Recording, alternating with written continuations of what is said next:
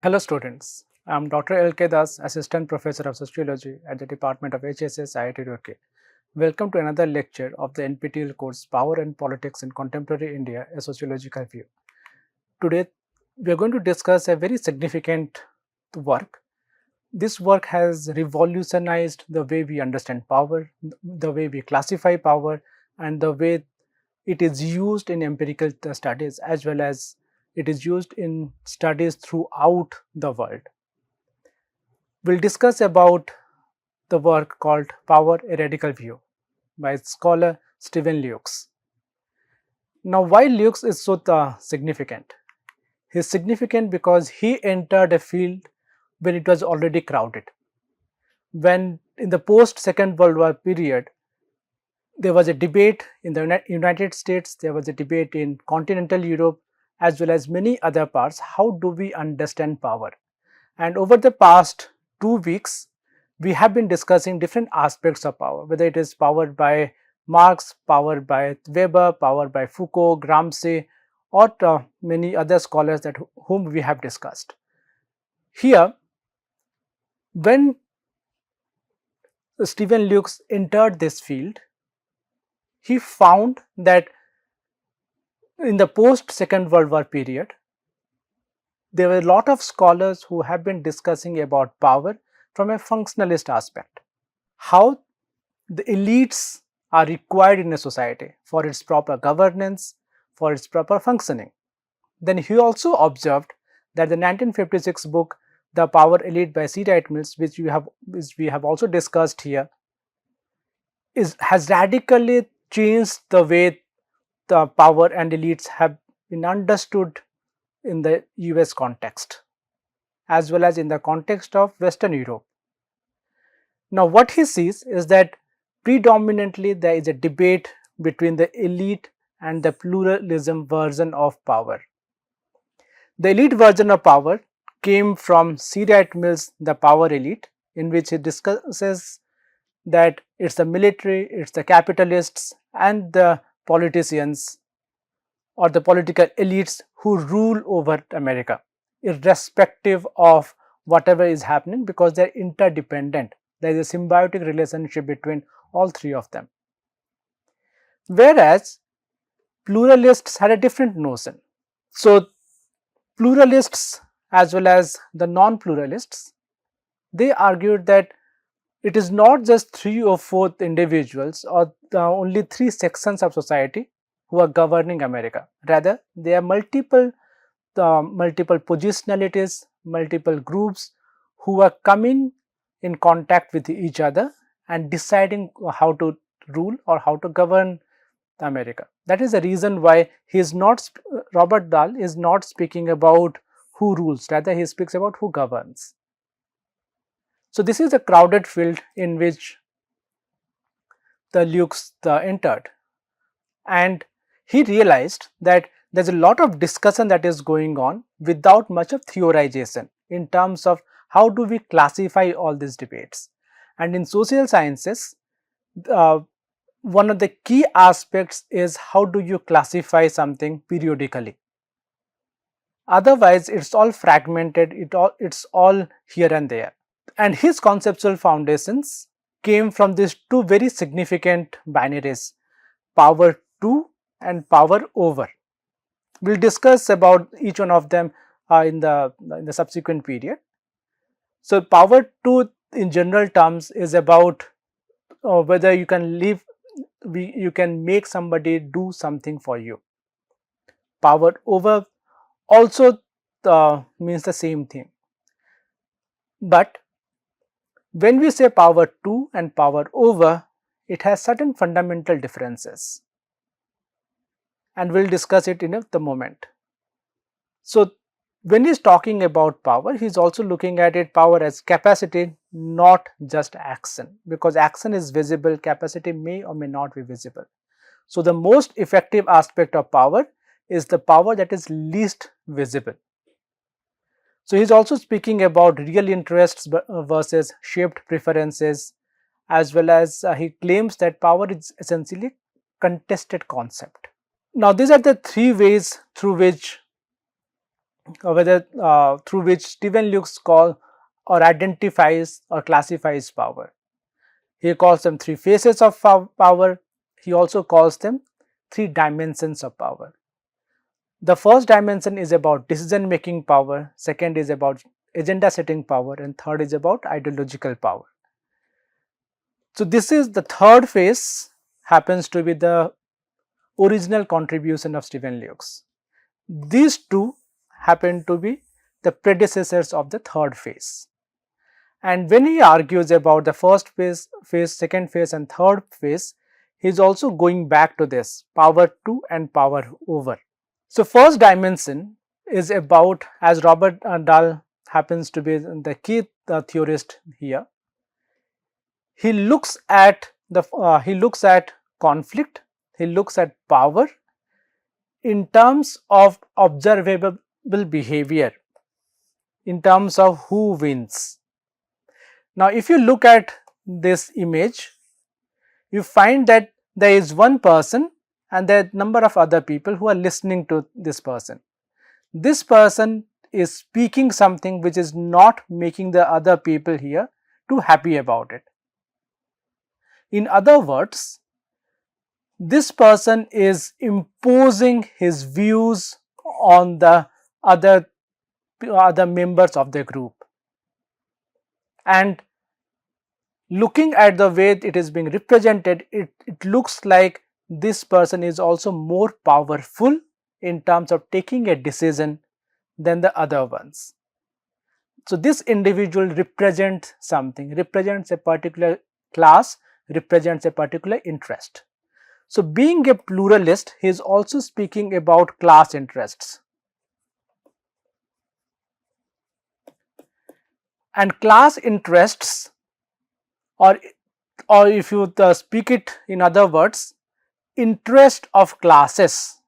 That means every class has its own specific interest. It is not just about the bourgeoisie or that of the proletariats. There are different segments within bourgeoisie and different segments within the proletariats, if you speak in terms of Marxist language. And each one of them are certainly not under the influence of the other group.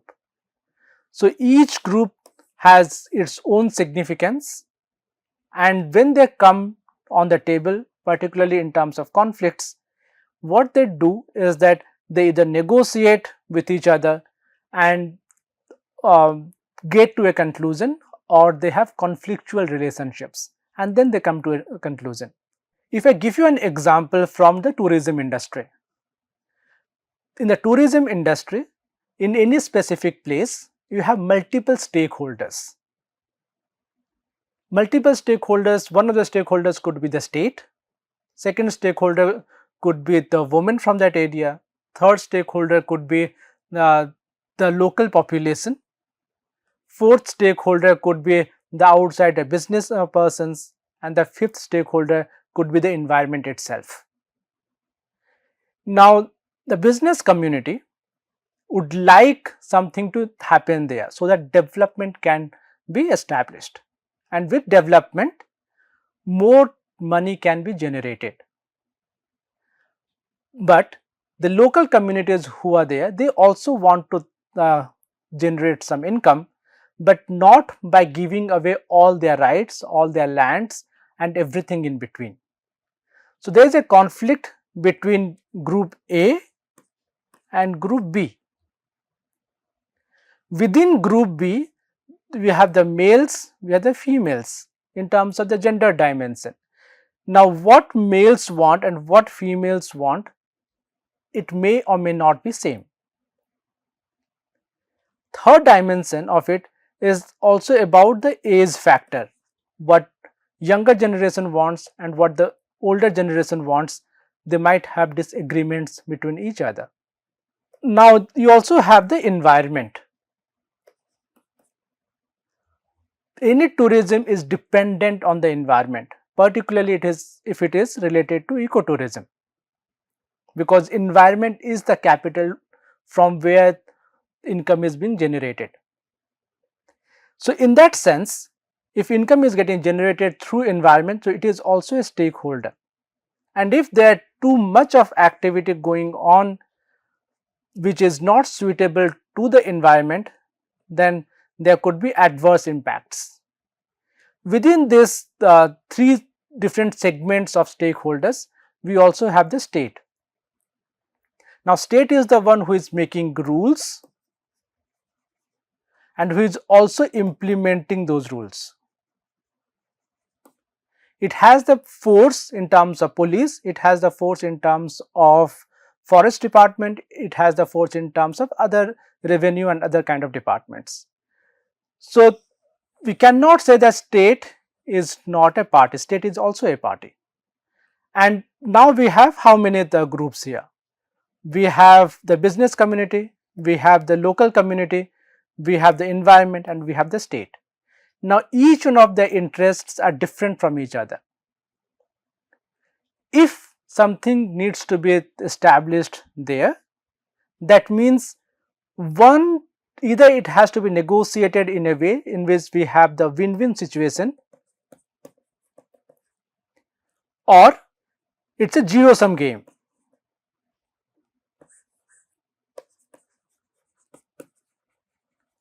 Zero-sum game specifically means that one group has to lose out. That group could be the females, that group could be the adult or the older members, or it could be the men, or it could be the business community, or it could be the environment.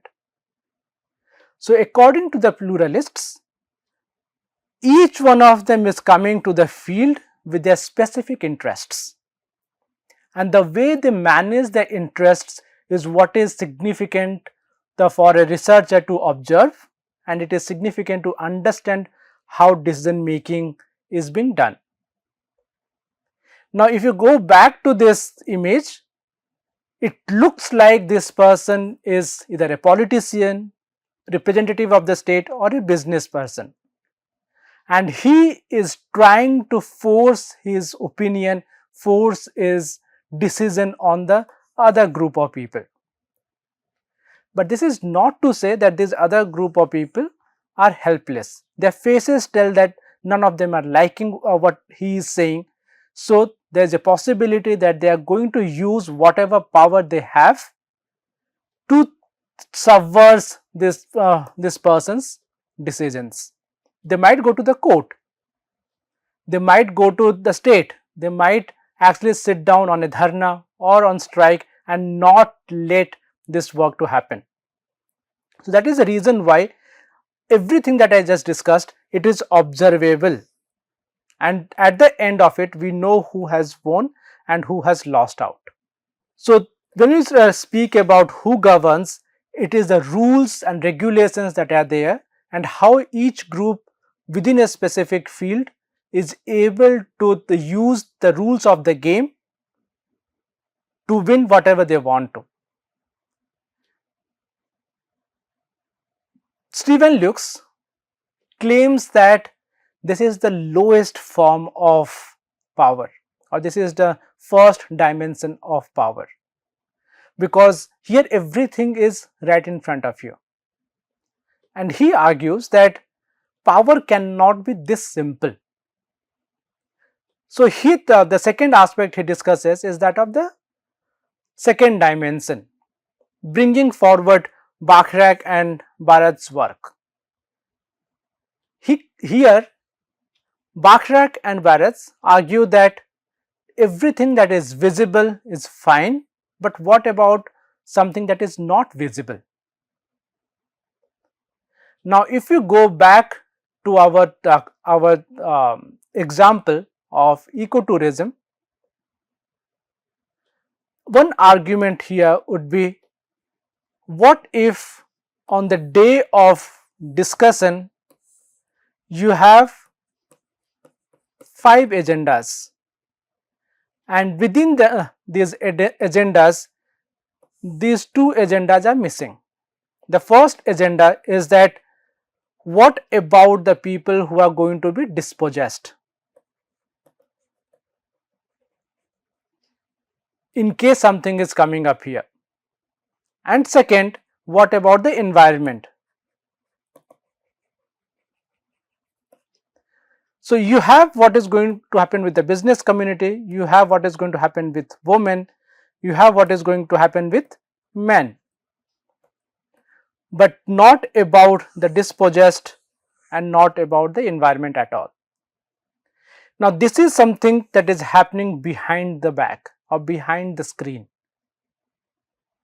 What is happening behind the screen is also what he calls as mobilization of biases.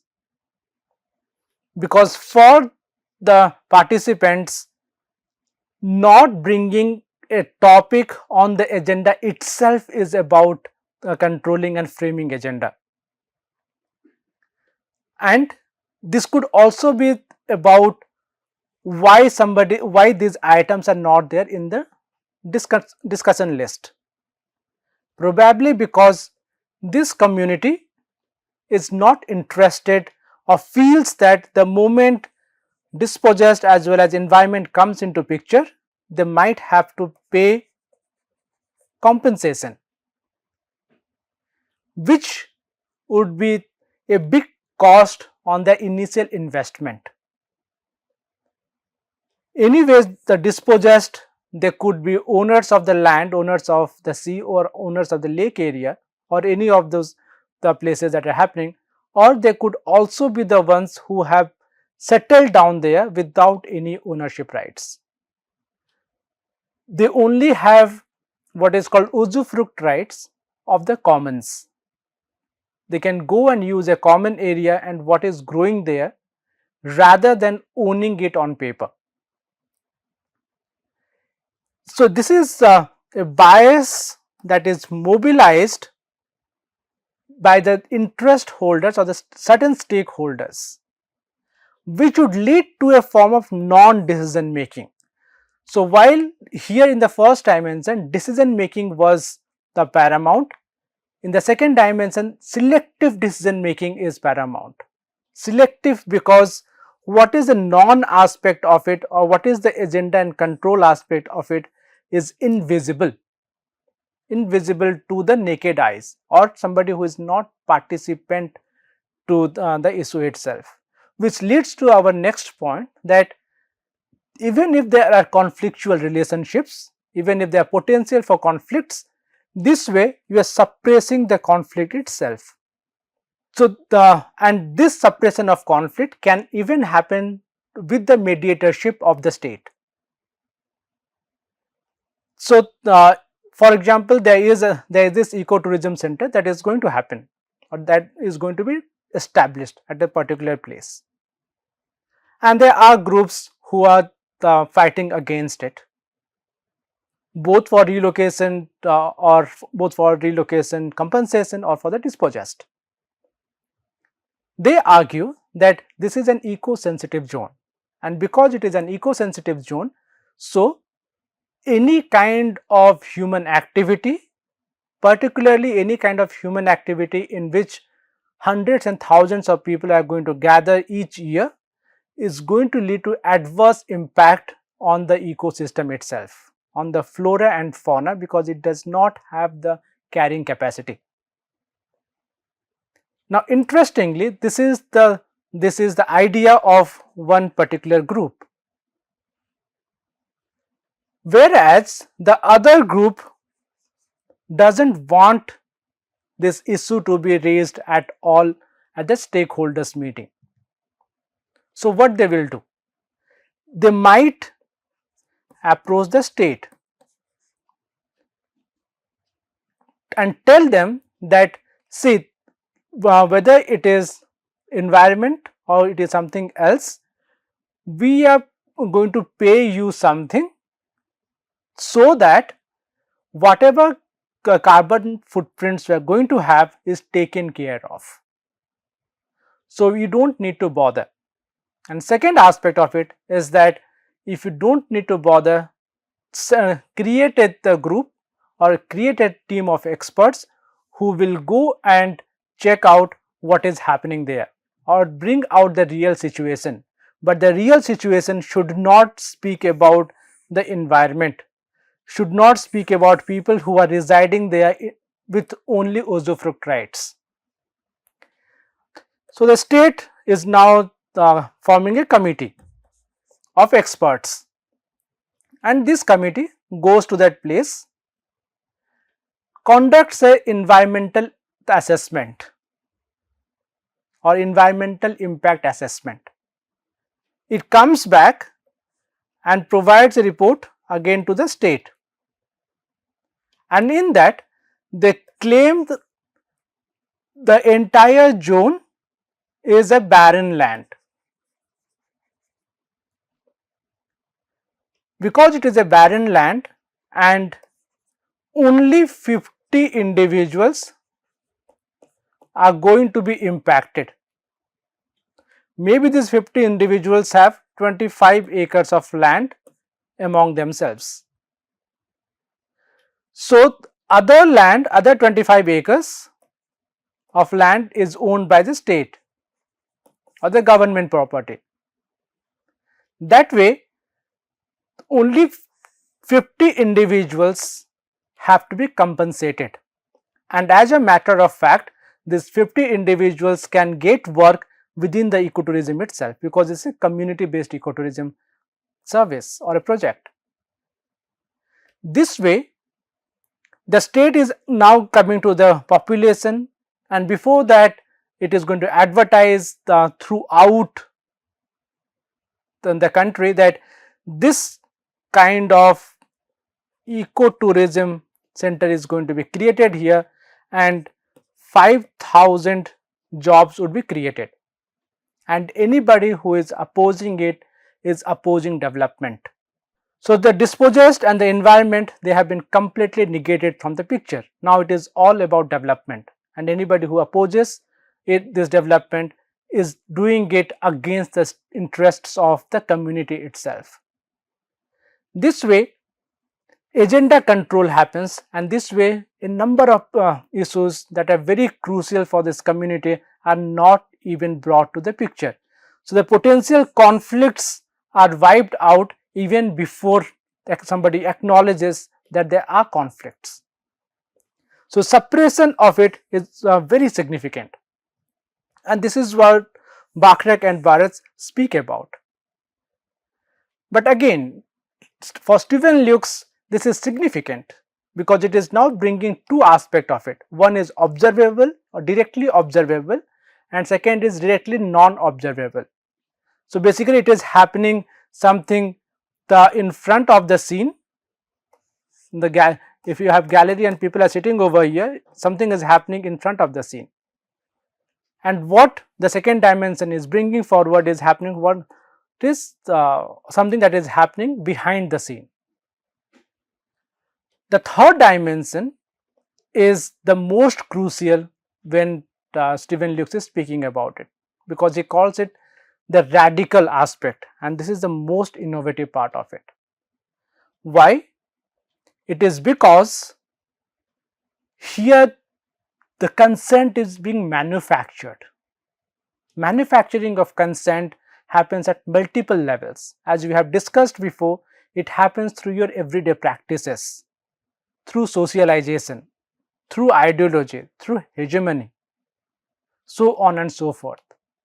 So that as this picture tells you, there is a teacher in the class who is telling students that if you work hard, you will succeed in your life. So, the hard work is the center point here, but outside of it you have these workers who are working for 8 hours, 10 hours or more, but still do not have enough ways to sustain their lives. This is a way the teacher or the education system is creating a new idea, which is continuously creating consent of the people who are there. Now, this is still a very on the face image, because the students who are sitting here, they can see what is happening outside.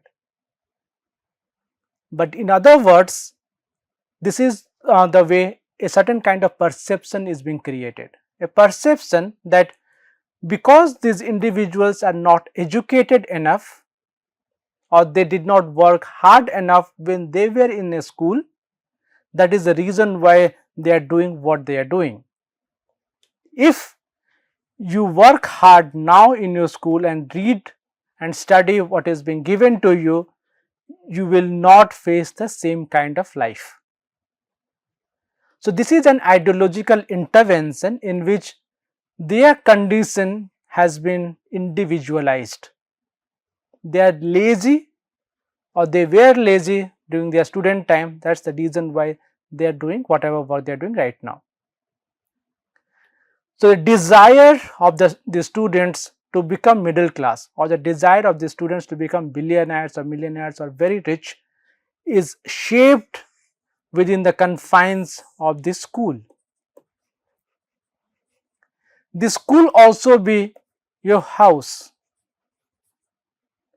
The school could also be your peer group. And in each one of them a certain aspect is being created which completely takes away the problematic of the consent manufacturing or the problematic of making somebody fall for your work. And this is where power over is created, because now you have the power over someone, like the teacher here has power over these students to decide how they think about their future, to decide how do they think about the society they are living in, how they look at different classes or do they even look at different classes. Because when they are part of a particular ideology, then this ideology is constructing their worldview, a worldview in which something is good, something is bad, and this worldview is manufactured or is socially constructed. So, for Lukes, the radical innovation is about looking at what Gramsci would call hegemony. And if you remember what we had discussed about hegemony, it is about consent and how this consent is established, either with force or with persuasion or force plus persuasion, so that after a point what is truth and what is not truth or what are the real interests of people are not even acknowledged. Now mind you, this is also the time of 1960s and 1970s. So, in the post Second World War period, there was economic miracle happening throughout the Western Hemisphere, particularly in the global north. And there was so much of consumerism that the states and the capitalists were completely in awe of what is happening. You are successful in your life if you have a detached house, single family house in the suburban areas. You have multiple cars in which the man of the house goes out every day to work and the woman of the house stays back and takes care of the children, keeps the house clean, and when the man comes back, gives him food and gives him care. So, 1967-68 became or created a rupture in this hegemony, that consumerism is not everything. I do not have to buy the one house after another, I do not have to keep buying endlessly and keep consuming endlessly. If I do not have a car, that is still fine. Why do I need to have a car even if I have to go for 1 kilometer distance? So, these are the different ways through which Stephen Lukes is discussing about what are the three dimensions of power. First is observable, second is behind the scenes, third is manufacturing of consent. So, if in a nutshell, first phase or first dimension is about decision making power. A gets B to do something that B would not otherwise do. Second is agenda setting power. A controls the issues that are decided upon. And third is ideological power. A shapes B's wants and preferences. And Stephen Luke's contribution lies here because he is locating power where others refuse to locate. He is bringing in continental scholars like Marx as well as others, including Gramsci, to look at how ideologically the things are mapped out, so that even conflicts are not just not mentioned, like the second phase or second dimension, there is no acknowledgement that there are conflicts in the first place. So to get back to the example of ecotourism, it is ideologically shaped that the people in that area can be divided into two groups. One group which is pro development, the second group which is against development, and the ones who are against development need to be thrown out of that area, and they will be thrown out not by the state, not by the business community, is rather by the people who are also participant to that same place.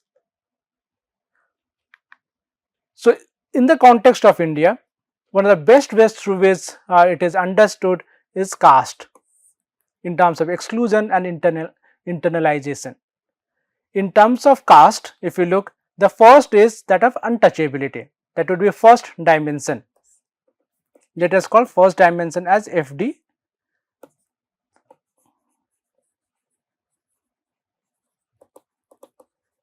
In which different people do not touch each other, do not interdine. The second aspect or second dimension is about interdining but no intermarriage.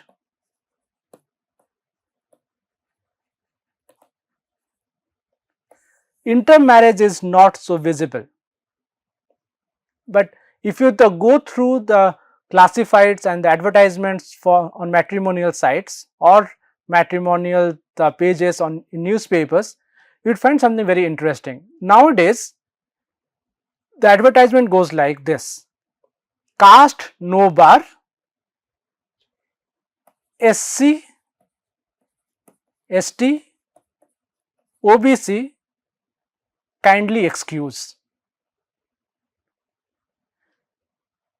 So this is one of the ways through which the second dimension works. It is about agenda setting, that you don't even want them to apply. The third one is even more interesting, because here it is being said that because of eugenics, if it is intra-caste or intra-jati marriages, you create specialists, whether it is Brahmins or it is Kshatriyas or it is Vaisyas or it is Shudras. If there is intra-jati marriage, that means these Brahmins are always going to be most educated, most brilliant, and everything in superlative. The Kshatriyas are going to be the martial race. This is where the race theory comes. Same goes with the Vaishyas and same goes with the Shudras. That this is not based on any caste differentiation, caste hierarchy, rather it is based entirely on merit, and it is entirely based on eugenics. Because when you intramarry within your own jati, that means it is also transforming your genes and your chromosomes. The same goes with the patriarchal norms, in which many times men and women, they are participant to certain issues, participant to certain norms and customs without even realizing what they are doing. So, even within the democratic framework, similar things can happen. So, what Stephen Lukes is doing here is that he is alerting us and giving us tools to analyze society, societal behavior, social power, political power, and something in between.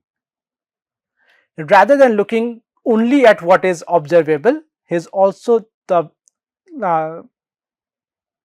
asking us to go beyond the observable facts, and as I have been saying, to read between the lines, because once you read between the lines, you will realize how domination and consent is being shaped and who is shaping it and for whose purposes. So, these are some of the questions that you can look at. In the meantime, who defines real interests, or the can Stephen Lukes and Foucault, they come together and be complementary to each other, or something else? How does, in the case of India, how does third dimension work? What is the role of resistance? What is the role of digital power? And there are some of the readings that you can have. So, Stephen Lukes we discussed, Robert Dahl we also discussed, Bachrach and Barres we also discussed. So, you can go through Michel Foucault and some of the examples that have been given by Babasaheb Ambedkar and other feminist scholars in the Indian society. Thank you very much.